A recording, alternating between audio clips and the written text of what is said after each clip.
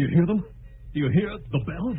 Bells? I don't hear any bells, mister. But I tell you, they're ringing. Look, mister, the heat's got you. Oh, you're in the middle of the desert right now. There ain't any bells within 100 miles of here. But there must be. There has to be.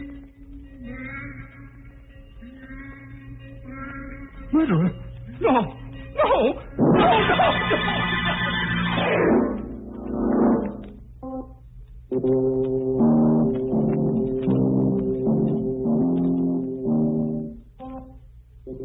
Midnight, the witching hour when the night is darkest, our fears the strongest, and our strength at its lowest ebb. Midnight, when the graves gape open and death strikes. How? You'll learn the answer in just a minute in Death Tolls a Requiem.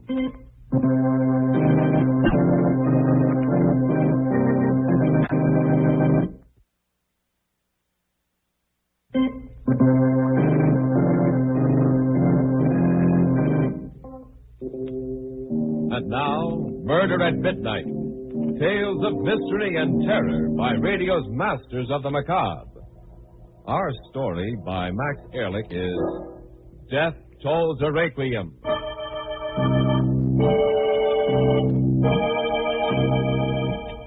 I came into the room and quietly closed the door behind me. It was a room ready and waiting for death. The curtains were drawn, blotting out the bright afternoon sunlight. The air was hot and stifling, the silence oppressive and unearthly. I stared down at the face of the old man in the bed. The old man I hated. His eyes were closed, two sunken shadows against the white, wrinkled skin. His waxen hands hung limply over the coverlet. For 3 days he'd lingered while I'd waited for him to die. Now, for a moment, I thought... But no, his pale lips moved. How are you feeling, Father? I've not long to go, my son. Not long. It's only the bells that keep me alive. The bells? Yes, over there in the tower. I lie here and wait to hear them. They seem to rally me. I live for the sound of them, Father. Yes, Father? What time is it? 2 o'clock. 2 o'clock. Peter must be there now. There in the tower, pulling on the ropes, starting them swinging. The Pedrick bells, Arthur. There they are, my son. Listen to them. Your inheritance. Listen to them ring. Oh, what music they make. What beautiful, vibrant music. They give me the strength, the will to live a little longer.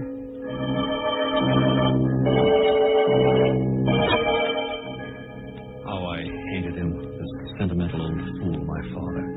He'd spent $500,000 to bring those bells over from Pedwick, England, the place of his birth. And with them he'd brought the bell tower, brick by brick, and the English bell ringer, Peter Griggs. $500,000, my inheritance, hung in that bell tower. There was no money left, nothing.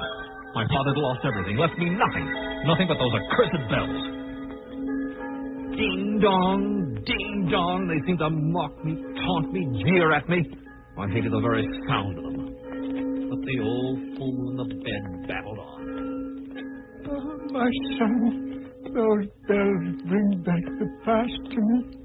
When I was a boy in Pedwick, I heard them toll out the hour, every hour. I married your mother to the sound of those blessed bells. And I buried her to the sound of them. Stop raving about those bells. Stop it! There's evil in your face. Evil. You cheated me out of my inheritance, left me penniless.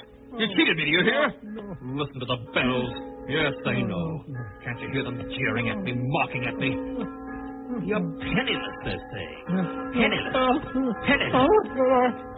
Die, you old fool. Die. Die. Die. Die. You bought those bells, now let them ring your requiem.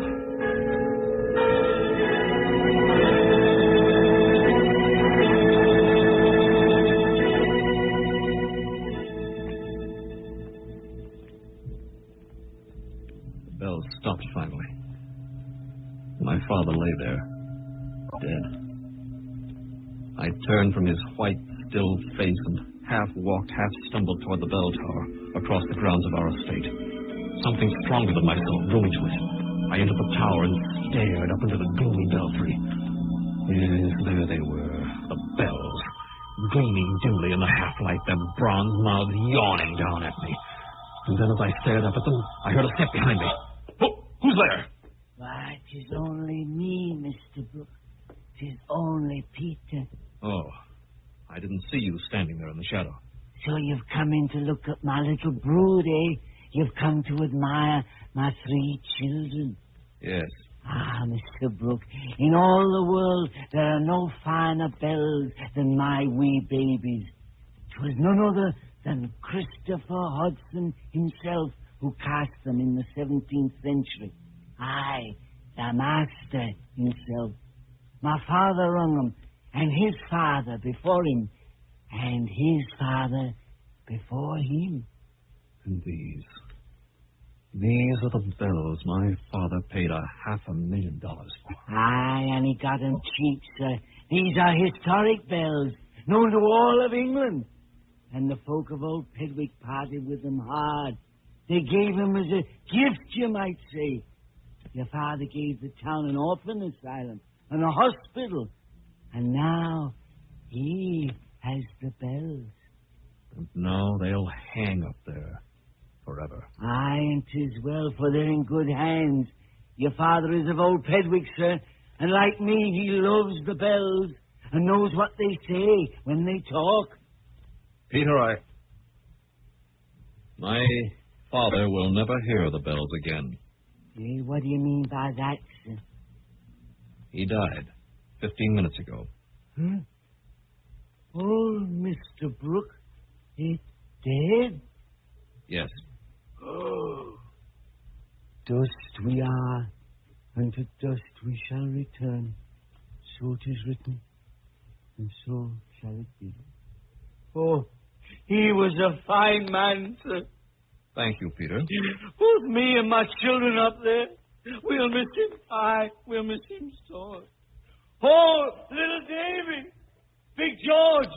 Oh, my beautiful Betty, my pretty hussy. You hear? The master is dead. You call the bells by names? You talk to them? I like a father to his children, and they talk to me. They talk to you. The bells talk to you. Why and why not? They have tongues, and they have hearts and souls. Come, my babies. The good master is dead. Come, little Davy. Cry the sad tidings. Come, Big George, awake. Cry your heart out. Weep, my winsome Betty. Weep, weep, the master is dead.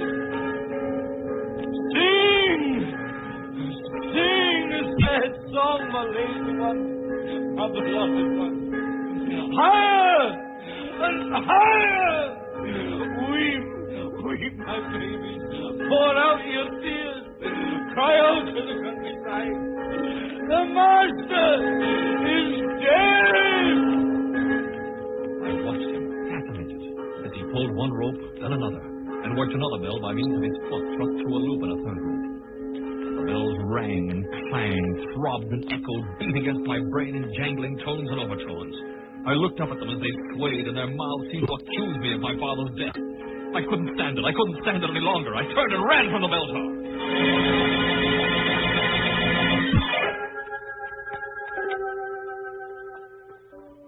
After my father's funeral, I dropped in at the office of Frederick Denny, my father's attorney and executor of what was left of the estate. There were certain things I wanted to discuss. So you want to tear down the Brooke Memorial Tower and sell the bells? Yes, Mr. Denny. From what my father told me, they have considerable value. Yes, Arthur, they do. Their intrinsic value, aside from their worth as historic relics and antiques, runs into hundreds of thousands. I've already had 2 offers of purchase. You have? Yes. One from a university, one from a museum. Good. However, the bells are not for sale. What?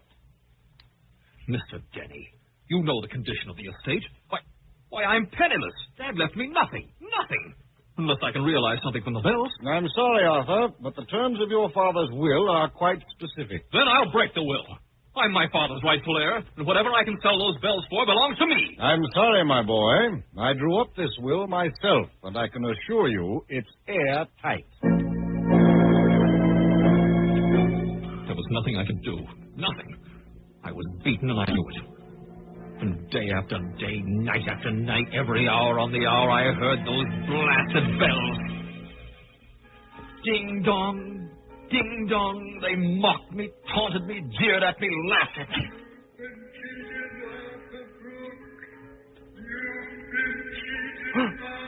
They seemed to talk to me.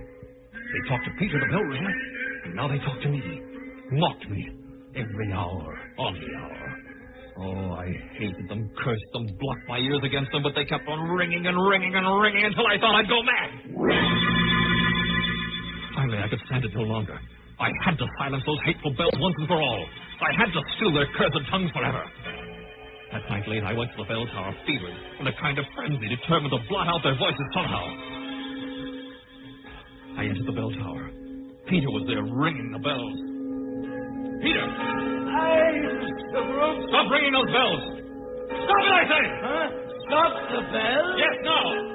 Now, do you hear? No, I will not. There's evil in your face. You don't like the bells like your father. You hate my little children. You mean them harm. I told you to stop those bells. I'll make you stop. Mr. Brooke, what are you doing? No. Don't throw. You choked me. Never ring those cursed bells again. I can't see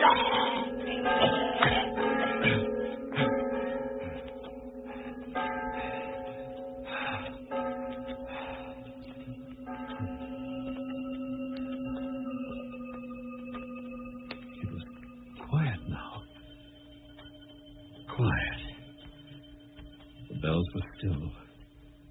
The awful pressure in my head went away. It had been easy to strangle Peter. His foot had caught in the pedal noose of the bell rope. He never had a chance. Now I had to make it look like an accident, like suicide. I picked the bell ringer up, tied one end of the bell ropes around his neck, and gave him a long push. Back and forth. Back and forth. He swung in the bell tower like a grotesque pendulum, the rope creaking under his weight.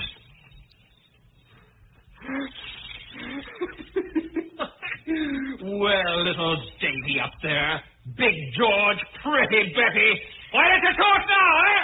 Why don't you talk now?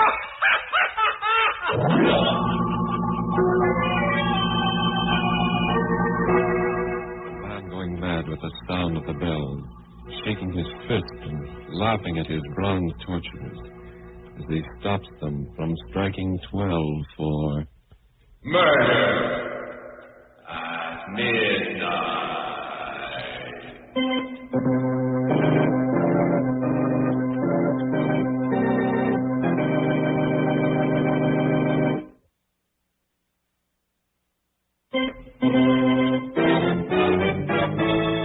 And now, here is Arthur Brooke again, continuing his story. There was an investigation of Peter's death. The county medical examiner and I went to the bell tower and looked at the bell rope on which Peter's body had been found hanging. The way I see it, Mr. Brooke, it's a clear case of suicide. The deceased fastened this rope around his neck, climbed up on the belfry ladder, and flung himself out into space. Yes, Mr. Holcomb. It looks as though he did just that. Mr. Brooke, there's one question I want to ask you. Me? What is it? A man usually doesn't commit suicide unless he has a motive. Did you notice anything peculiar about this bell ringer's behavior before this happened? Why, no, nothing except that he was deeply depressed when my father died. You see, my father loved the bells as much as Peter did, and... that might account for it. What I understand, this English bell ringer was rather a queer duck anyway. What's that? What? Mr. Holcomb, the bells. They're ringing. How can they? Take it easy, Mr. Brooke. Take it easy. The tower door is open and wind just came through. Made the bells tinkle a little. Oh, yes, of course. It was the wind. I'm sorry. Well, that's all right, Mr. Brooke. After what you've been through, I don't blame you for being jumpy. Finally, the verdict was official. Suicide. And for 2 weeks, the bell tower was closed and the bells silent. It was then that I had an idea. I went straight to the executor of my father's estate, Mr. Denny, and told him what was in my mind. Arthur, I'm sorry, but what you ask is impossible. We can't take those bells down. But, Mr. Denny, you've read the papers. This bell ringer's suicide has made a mockery out of the tower. All the cheap publicity in the newspapers, the sensationalism, the people coming to stare at the bells. Why, I feel that my father's memory is being desecrated. I know, Arthur. The whole thing's been very unfortunate, but we cannot let you tear down the tower and sell the bells, as you know. Yes, I know. The will, my father's will. Precisely. And his last wish must be respected. Very well, let the bells stay. But for the love of heaven, Mr. Denny, can they remain silent? Must they ring any more to remind everyone in town of the tragedy? Your father specified that they must be rung on the hour, every hour, just as they did in England. And that's the way it'll have to be, Arthur. We're already negotiating for a new bell ringer. Mr. Denny, listen, do you hear them? Hear what? Bells. Bells? Yes, can't you hear them? You must hear them, Mr. Denny, you must. Oh, yes, I do now, very faintly. Your sense of hearing, Arthur, is remarkably acute. Those bells are from the next town, Silver Valley. Sometimes you can hear them here when the wind's right.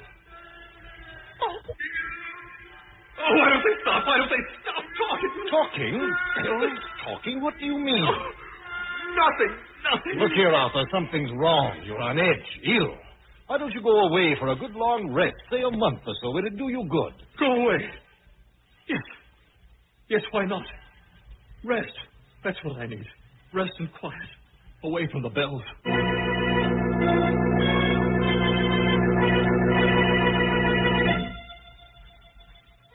There was a quaint little inn I knew in the mountains, 100 miles away. The food was good, and a golf course nearby, and, well, I made reservations. For a week, I ate, slept, played golf, rested. And then one afternoon, I was in the lobby of the inn, chatting with the proprietor. Enjoyed your stay here, Miss Brooks? Oh, yes, Frank. Fine. Well, you've been lucky in the weather. I never did see such nice weather. Well, Frank! What's that? What's what? Do you hear? Bells! Bells? Of course I do. From the church at Greenville, 2 miles away. But why are they ringing? Oh, Mr. Brooke, what's come over you? It's Sunday, and that's... Frank, I'm checking out. Checking out? Now? But, Miss Brooke, you made reservations for a month. I'm leaving now, do you hear? Right away, just as soon as I can get my bags packed. The bells. I had to get away from the bells. That was it. That was all I needed. I remembered a place when I went when I was a boy. An island off the seacoast. There was an old fisherman there, a friend of mine, and I knew he'd put me up. The place was miles from anything, from the mainland, from bells. I took a train, chartered a small boat, and spent 3 quiet days there. Then, on the 4th day, as we were surf casting for striped bass. All right, Mr. Brooks, let's see you cast way out into the surf. Nice long one that was. Now, if a striper just hooks onto that bait of yours, why, you're going... Well, what is it, Mr. Brooks? I hear bells. Bells? Why, sure you do. The Coast Guard's testing a new bellboy out on those reefs over there. Oh, what's wrong, Mr. Brooks? You're as white as a sheet. I've got to get away from here. I've got to get away.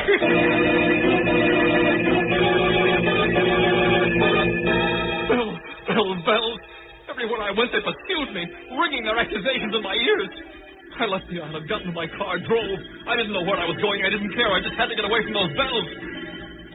And then, some days later, I was driving through a desert area in the southwest.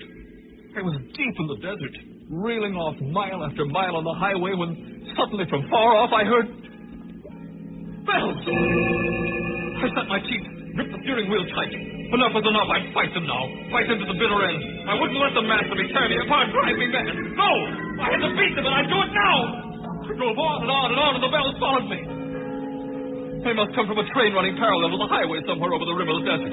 Yes, it must be a train. It couldn't be anything else. Mile after mile I drove, and mile after mile the bells followed me. I began to wonder, when would the tracks cross the highway? Tracks always cross highways somewhere. They just didn't run parallel indefinitely. And then up ahead, I saw some trucks and men. It was a construction crew fixing the road. I stopped the car and hailed the foreman. What is it, mister? Doesn't the train cross the highway somewhere up ahead? Train? What train? There's no railroad in this area of the desert. But there must be. I hear train bells. Bells? I don't hear any bells, mister. But I tell you, they're ringing. Look, mister, you must have sunstroke or something. There ain't no train within 100 miles of here. But there no must bells be. either. There must be. There has to be.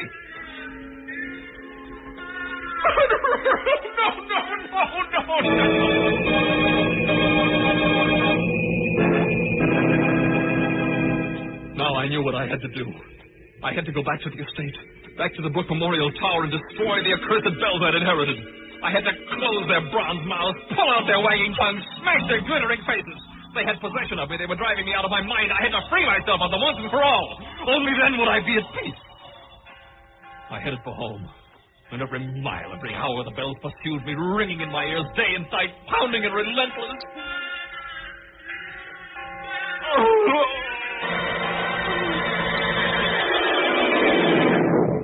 Back at the estate, I went to the gardener's tool house, picked out a heavy sledgehammer, headed toward the bell tower. A car was just coming up the driveway. It looked like Denny's, but I paid no attention. I ran into the bell tower and climbed the ladder into the belfry. Now is the time. There were the bells leering at me, grinning at me. I'd smash them now and forever. I lifted the sledgehammer and brought it down to the first setting. I'll smash it a bit. Why don't you break? Why don't you break? Arthur! Arthur! What are you doing up there in the belfry? I'll smash them. I'll break them into all pieces. It's the last thing I do. Arthur! You've gone mad! Stop it, I say! Stop it! Why don't they stop ringing? Why don't they stop? No! No, don't say it anymore! I can't stand it any longer! I can't!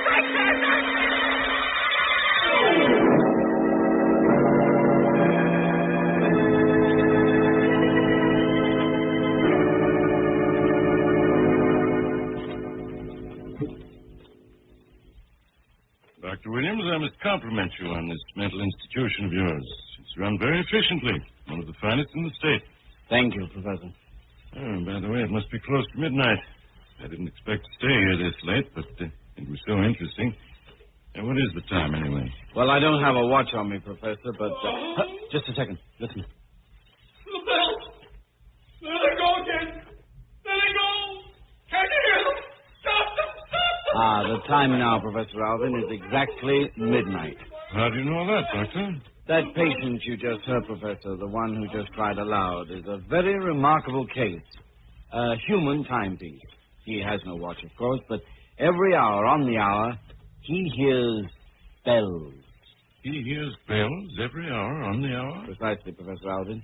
And he's never more than a second or two out of the way.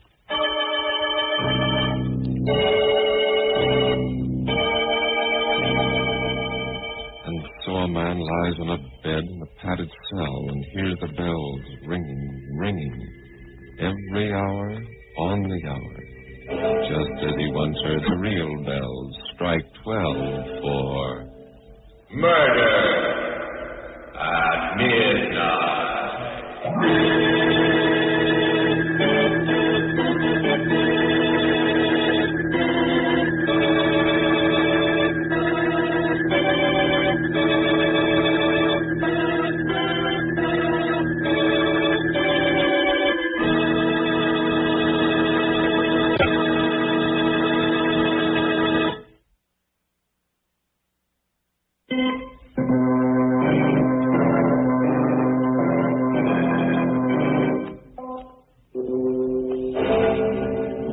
Remember to be with us again when death tolls the Requiem and the clocks strike 12 for...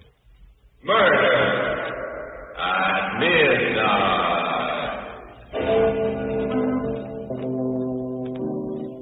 The part of Arthur Brooke was played by Michael Fitzmaurice. With music by Bert Berman, Murder at Midnight was directed by Anton M. Leader.